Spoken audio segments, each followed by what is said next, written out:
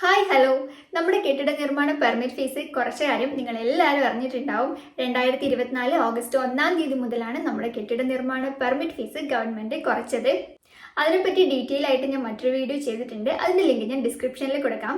ഈ വീഡിയോയിൽ ഞാൻ ഷെയർ ചെയ്യാൻ പോകുന്നത് കോർപ്പറേഷൻ പരിധിയിലുള്ള കെട്ടിടങ്ങൾക്ക് എത്രയാണ് പെർമിറ്റ് ഫീസ് വരുന്നത് എന്നതിനെ പറ്റിയാണ്.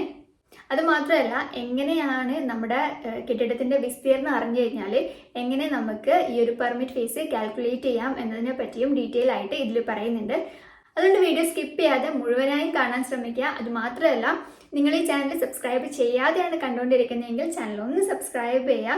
നിങ്ങൾ ചാനൽ സബ്സ്ക്രൈബ് ചെയ്യുന്നതും ലൈക്ക് ചെയ്യുന്നതും അതുപോലെ വീഡിയോ ഷെയർ ചെയ്യുന്നതൊക്കെയാണ് എന്നെപ്പോലുള്ളവർക്ക് ഇതുപോലുള്ള ഇൻഫോർമേറ്റീവ് ആയിട്ടുള്ള വീഡിയോസ് ചാനലിൽ അപ്ലോഡ് ചെയ്യാൻ സാധിക്കുന്നത്. അപ്പോൾ ആൻസി വ്ളോഗ്സിന്റെ മറ്റൊരു വീഡിയോയിലേക്ക് എല്ലാവർക്കും സ്വാഗതം. കെട്ടിട നിർമ്മാണ പെർമിറ്റ് ഫീസ് എന്താണ് എന്നറിയാത്തവർക്ക് വേണ്ടി ആദ്യം അതെന്താണെന്ന് പറഞ്ഞുതരാം. നമ്മളൊരു കെട്ടിടം നിർമ്മിക്കുന്ന സമയത്ത് ഗവൺമെന്റിൽ നിന്നും രേഖാമൂലം അനുവാദം വാങ്ങിക്കേണ്ടതുണ്ട്. ഇതിനെയാണ് കെട്ടിട നിർമ്മാണ പെർമിറ്റ് എന്ന് പറയുന്നത്. ഇങ്ങനെ കെട്ടിട നിർമ്മാണ പെർമിറ്റ് ലഭിക്കണമെങ്കിൽ നമ്മളൊരു ഫീസ് നമ്മുടെ തദ്ദേശ സ്വയംഭരണ സ്ഥാപനത്തിലേക്ക് അടയ്ക്കേണ്ടതായിട്ടുണ്ട്. അതിനെയാണ് പെർമിറ്റ് ഫീസ് എന്ന് പറയുന്നത്. നമ്മുടെ തദ്ദേശ സ്വയംഭരണ സ്ഥാപനം എന്ന് പറയുമ്പോൾ നമ്മുടെ മുനിസിപ്പാലിറ്റി, അതുപോലെ കോർപ്പറേഷൻ, അതുപോലെ പഞ്ചായത്തൊക്കെയാണ്. ഇങ്ങനെ പെർമിറ്റ് ലഭിക്കണമെങ്കിൽ ആദ്യം നമ്മളൊരു അപേക്ഷാ ഫീസ് അടയ്ക്കണം. അതിനുശേഷം നമ്മൾ പെർമിറ്റ് ഫീസ് അടയ്ക്കണം. എന്നാൽ മാത്രമേ നമുക്ക് പെർമിറ്റ് ലഭിക്കുകയുള്ളൂ. കോർപ്പറേഷൻ പരിധിയിലുള്ള കെട്ടിടങ്ങളുടെ പെർമിറ്റ് ഫീസ് എത്രയാണ് എന്നാണ് ഞാൻ ഈ വീഡിയോയിലൂടെ ഷെയർ ചെയ്യാൻ പോകുന്നത്. കെട്ടിടങ്ങളുടെ കാറ്റഗറി അനുസരിച്ച്, അതായത് താമസ ആവശ്യത്തിനുള്ളതാണോ അല്ലെങ്കിൽ വാണിജ്യ ആവശ്യത്തിനുള്ളതാണോ വ്യവസായ ആവശ്യത്തിനുള്ളതാണോ കെട്ടിടം എന്നൊക്കെ നോക്കിയിട്ട് അതിൻ്റെ കാറ്റഗറി അനുസരിച്ച് ഈ ഒരു പെർമിറ്റ് ഫീസിൻ്റെ കാര്യത്തിലും ചെറിയ ഡിഫറൻസ് ഒക്കെ ഉണ്ട്. ആദ്യം നമുക്ക് ഈ ഒരു കെട്ടിട നിർമ്മാണ പെർമിറ്റ് എടുക്കുന്നതിന് മുന്നേ അപേക്ഷാ ഫീസാണ് അടയ്ക്കേണ്ടതായിട്ടുള്ളത്. ഈ ഒരു അപേക്ഷാ ഫീസ് 100 ചതുരശ്ര മീറ്റർ വരെയുള്ള കെട്ടിടങ്ങൾക്ക് 150 രൂപയാണ് പെർമിറ്റ് എടുക്കുന്നതിനുള്ള അപേക്ഷാ ഫീസായിട്ട് വരുന്നത്. 100 ചതുരശ്ര മീറ്ററിന് മുകളിൽ 300 ചതുരശ്ര മീറ്റർ വരെയാണ് നിങ്ങളുടെ കെട്ടിടത്തിന്റെ വിസ്തീർണമെങ്കിൽ അത്തരം കെട്ടിടങ്ങൾക്ക് 500 രൂപയാണ് അപേക്ഷാ ഫീസായിട്ട് വരുന്നത്. 300 ചതുരശ്ര മീറ്ററിന് മുകളിലാണ് നിങ്ങളുടെ കെട്ടിടത്തിന്റെ വിസ്തീർണമെങ്കിൽ അത്തരം കെട്ടിടങ്ങൾക്ക് കോർപ്പറേഷൻ പരിധിയിൽ 4000 രൂപയാണ് അപേക്ഷാ ഫീസായിട്ട് അടയ്ക്കേണ്ടത്. കെട്ടിടങ്ങളുടെ പെർമിറ്റ് ഫീസിന്റെ കാര്യം നോക്കുകയാണെങ്കിൽ ഓരോ കാറ്റഗറി അനുസരിച്ച്, അതായത് കെട്ടിടം എന്താവശ്യത്തിനുള്ളതാണോ, താമസ ആവശ്യത്തിനുള്ളതാണോ അല്ലെങ്കിൽ വ്യവസായ ആവശ്യത്തിനുള്ളതാണോ എന്നൊക്കെ ആ ഒരു കാറ്റഗറി അനുസരിച്ച് അതിൻ്റെ പെർമിറ്റ് ഫീസിന്റെ കാര്യത്തിൽ ചെറിയ ചേഞ്ചസ് ഉണ്ട്. ആദ്യം നമുക്ക് താമസ ആവശ്യത്തിനുള്ള കെട്ടിടങ്ങളുടെ പെർമിറ്റ് ഫീസ് എത്രയാണെന്ന് നോക്കാം. 81 ചതുരശ്ര മീറ്റർ മുതൽ 150 ചതുരശ്ര മീറ്റർ വരെയാണ് നിങ്ങളുടെ താമസ ആവശ്യത്തിനുള്ള കെട്ടിടത്തിന്റെ വിസ്തീർണമെങ്കിൽ അത്തരം കെട്ടിടങ്ങൾക്ക് 1 ചതുരശ്ര മീറ്ററിന് 40 രൂപ എന്ന നിരക്കിലാണ് പെർമിറ്റ് ഫീസ് വരുന്നത്. 81 ചതുരശ്ര മീറ്ററിന് താഴെയാണ് നിങ്ങളുടെ കെട്ടിടത്തിന്റെ വിസ്തീർണമെങ്കിൽ അത്തരം കെട്ടിടങ്ങൾക്ക് പെർമിറ്റ് ഫീസ് ഇല്ല. 150 ചതുരശ്ര മീറ്ററിന് മുകളിൽ 300 ചതുരശ്ര മീറ്റർ വരെയാണ് നിങ്ങളുടെ താമസാവശ്യത്തിനുള്ള കെട്ടിടത്തിന്റെ വിസ്തീർണമെങ്കിൽ അത്തരം കെട്ടിടങ്ങൾക്ക് 1 ചതുരശ്ര മീറ്ററിന് 70 രൂപ എന്ന നിരക്കിലാണ് പെർമിറ്റ് ഫീസ് വരുന്നത്. 300 ചതുരശ്ര മീറ്ററിന് മുകളിലാണെങ്കിൽ 1 ചതുരശ്ര മീറ്ററിന് 150 രൂപ എന്ന നിരക്കിലും പെർമിറ്റ് ഫീസ് വരുന്നുണ്ട്. ഇനിയിപ്പോൾ വ്യവസായ ആവശ്യത്തിനുള്ള കെട്ടിടങ്ങൾ, അതായത് ഉൽപാദന മേഖലയിൽ പെടുന്ന കെട്ടിടമാണെങ്കിൽ അത്തരം കെട്ടിടങ്ങൾക്ക് 81 ചതുരശ്ര മീറ്റർ മുതൽ 150 ചതുരശ്ര മീറ്റർ വരെയാണ് വിസ്തീർണമെങ്കിൽ 1 ചതുരശ്ര മീറ്ററിന് 50 രൂപ എന്ന നിരക്കിലാണ് പെർമിറ്റ് ഫീസ് വരുന്നത്. 81 ചതുരശ്ര മീറ്ററിന് താഴെയാണ് വിസ്തീർണമെങ്കിൽ അത്തരം കെട്ടിടങ്ങൾക്ക് പെർമിറ്റ് ഫീസ് ഇല്ല. 150 ചതുരശ്ര മീറ്ററിന് മുകളിൽ 300 ചതുരശ്ര മീറ്റർ വരെയാണ് നിങ്ങളുടെ കെട്ടിടത്തിന്റെ വിസ്തീർണമെങ്കിൽ അത്തരം കെട്ടിടങ്ങൾക്ക് 1 ചതുരശ്ര മീറ്ററിന് 70 രൂപ എന്ന നിരക്കിലാണ് പെർമിറ്റ് ഫീസ് വരുന്നത്.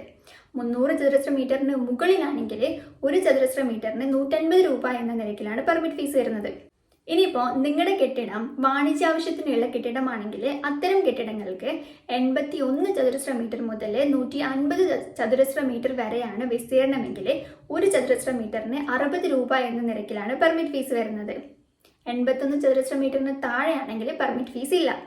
150 ചതുരശ്ര മീറ്ററിന് മുകളിൽ 300 ചതുരശ്ര മീറ്റർ വരെയാണ് നിങ്ങളുടെ കെട്ടിടത്തിന്റെ വിസ്തീർണമെങ്കിൽ അത്തരം കെട്ടിടങ്ങൾക്ക് 1 ചതുരശ്ര മീറ്ററിന് 100 രൂപ എന്ന നിരക്കിലും 300 ചതുരശ്ര മീറ്ററിന് മുകളിലാണെങ്കിൽ 1 ചതുരശ്ര മീറ്ററിന് 150 രൂപ എന്ന നിരക്കിലുമാണ് പെർമിറ്റ് ഫീസ് വരുന്നത്. ഇനിയിപ്പോൾ നിങ്ങളുടെ കെട്ടിടം വാണിജ്യാവശ്യത്തിനുള്ളതല്ല, താമസാവശ്യത്തിനുള്ളതല്ല, വ്യവസായ ആവശ്യത്തിനുള്ളതല്ല, മറ്റുള്ള കാറ്റഗറിയിൽ പെടുന്ന കെട്ടിടമാണെങ്കിൽ അത്തരം കെട്ടിടങ്ങൾക്ക് 81 ചതുരശ്ര മീറ്റർ മുതൽ 150 ചതുരശ്ര മീറ്റർ വരെ ഒരു ചതുരശ്ര മീറ്ററിന് 50 രൂപ എന്ന നിരക്കിലാണ് പെർമിറ്റ് ഫീസ് വരുന്നത്. 81 ചതുരശ്ര മീറ്ററിന് താഴെയാണെങ്കിൽ പെർമിറ്റ് ഫീസ് ഇല്ല.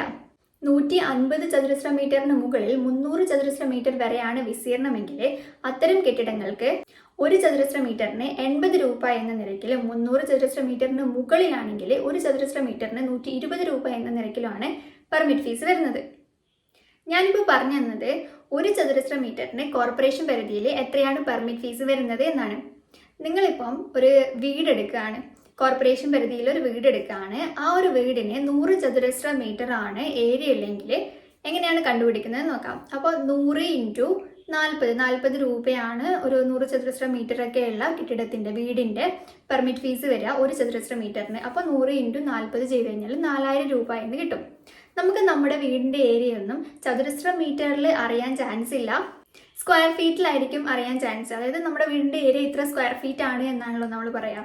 അങ്ങനെയാണെങ്കിൽ നമ്മൾ ആദ്യം ആ ഒരു സ്ക്വയർ ഫീറ്റിനെ ചതുരശ്ര മീറ്ററിലേക്ക് മാറ്റണം. അതിനുശേഷം ഈ ഒരു എമൗണ്ട് ആയിട്ട്, ഒരു ചതുരശ്ര മീറ്ററിന് എത്രയാണോ എമൗണ്ട്, ആ ഒരു എമൗണ്ട് ആയിട്ട് മൾട്ടിപ്ലൈ ചെയ്ത് കഴിഞ്ഞാൽ നമുക്ക് ഈ ഒരു പെർമിറ്റ് ഫീസ് കണ്ടുപിടിക്കാൻ സാധിക്കും.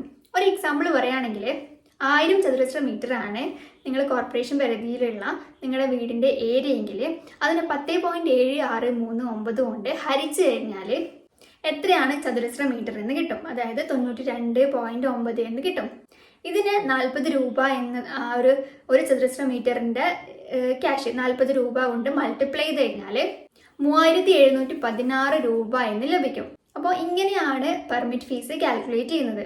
ഞാൻ പറഞ്ഞ കാര്യങ്ങളൊക്കെ നിങ്ങൾക്ക് മനസ്സിലായി കാണും എന്നാണ് ഞാൻ വിശ്വസിക്കുന്നത്. അഥവാ നിങ്ങൾക്ക് മനസ്സിലായില്ലെങ്കിൽ നിങ്ങളുടെ ആ ഒരു കെട്ടിടത്തിൻ്റെ ഏത് കാറ്റഗറി ആണെന്നും അതുപോലെ എത്രയാണ് വിസ്തീർണം എന്നും നിങ്ങൾ കമൻറ്റ് ചെയ്ത് കഴിഞ്ഞാൽ ഞാനത് കാൽക്കുലേറ്റ് ചെയ്ത് പറഞ്ഞു തരുന്നതായിരിക്കും. അപ്പോൾ വീഡിയോസ് മാക്സിമം സപ്പോർട്ട് ചെയ്യുക. എനിക്ക് ടെലഗ്രാമിലും ഫേസ്ബുക്കിലും ആൻസി വ്ലോഗ്സ് എന്ന പേരിലൊരു ചാനലുണ്ട്. സോ എല്ലാത്തിലും സപ്പോർട്ട് ചെയ്യാം. ഇപ്പോൾ കോർപ്പറേഷൻ പരിധിയിലുള്ള പെർമിറ്റ് ഫീസിനെ പറ്റി ഇത്രയൊക്കെ പറയാനുള്ളൂ.